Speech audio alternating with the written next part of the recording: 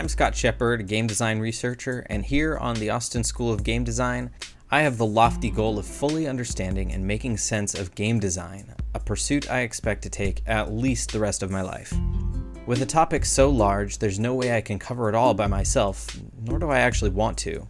Thankfully, YouTube is a goldmine of fantastic videos that talk about design in useful ways. This is the start of an ongoing series called the Game Design Roundup, where each episode I bring you a few videos from around the tubes you might not have seen that delve into one particular game design topic. Volume 1 is about the unique language that games use to communicate with. To fully understand game design, we need to become fluent in this abstract language. So I'm hitting it early in this channel's history. My disclaimer is that these aren't the only videos that touch on this topic, nor are they even the best ones out there, but they are all worth watching. So without further ado, Super Mario Bros. Level 1-1, How Super Mario Mastered Level Design, from the Design Club series over on Extra Credits. The first level of Super Mario Bros. Is probably the most iconic screenshot in all of video game history. Luckily, its ubiquity is well deserved, as this level is just a masterclass in level design. At the time Super Mario Bros. Was released, there really wasn't anything like it. Running to the right and jumping was not an established trope. There was no concept that mushrooms with eyes were bad, but mushrooms with spots were incredibly valuable. Players had no idea that it would be important to hold the run button to leap over larger pits.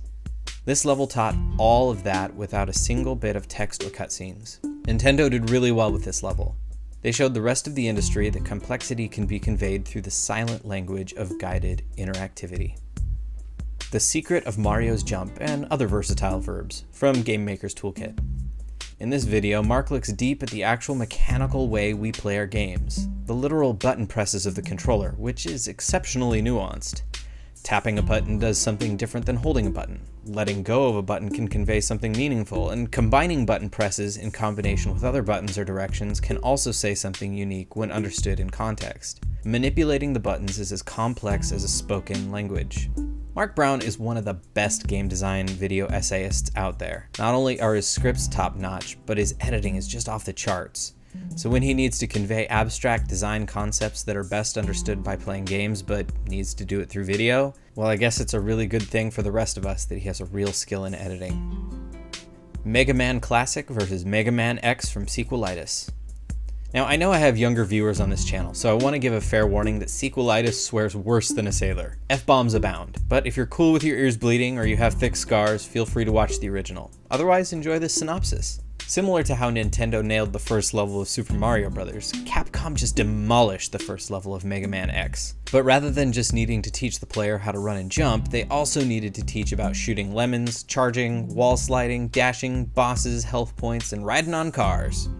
Really, this is one of my favorite videos about teaching mechanics and setting story expectations through level design. The Last Guardian and the Language of Games, from Game Maker's Toolkit.